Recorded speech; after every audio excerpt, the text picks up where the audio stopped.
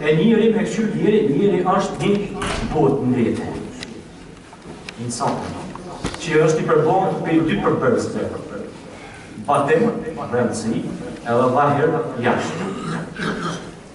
Që të dyra, ku janë bashkë, edhe kompletohen, bohen të insan nuk janë, bohen të insan të aman që është në kompletohen. Jeve është dhahir, sene si përfaqësore, jetë si përfaqësore. Jeve dhe batem, Shka do të kjo?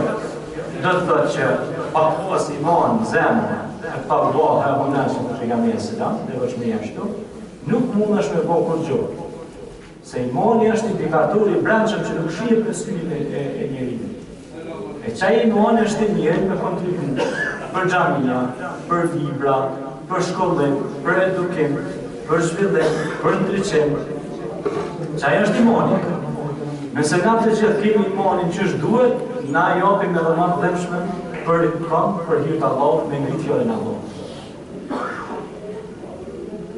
Dy burra do t'i përmendni. Një ka pas emrin e Abu Bekr, tjetri Osman. Radiallahu anhu.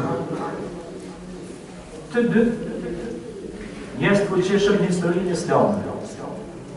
Çka duhet të thonë me ta? Duhet të thonë se ata krejt pasurinë e vetë e dhanë për hajrat. Edhe nuk shkun të thonë tjerve, na kena kontribu, na kena bon. Ja. Ata duhen prapë njestrit në pazar në shqipë. Pra kontribun, si kur pësh, si kur 12 pasus të Isait të një selamet.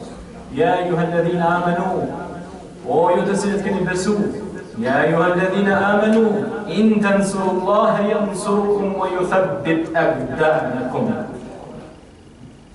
O ju të cilët keni besu, pra ndihmoni Allahun, që të ndihmoj Allahu ju dhe t'ja forcoj kontra juve.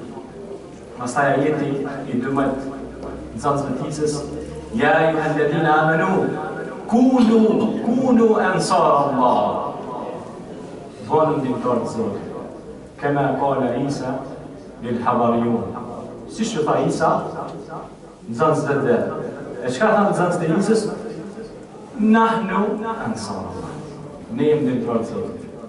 Na jem argat me përhap fjalën e Zotit.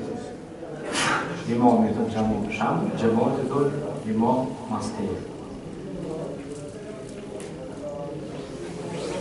Si që përmendi dhe imami i kësaj xhamie, unë jam autori i këndon librave islam shkencë.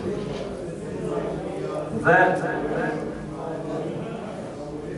të shkruash dhe të mirësh me dije nuk është basherik. Duhet shumë kohë, duhet shumë mund dhe sakrificë.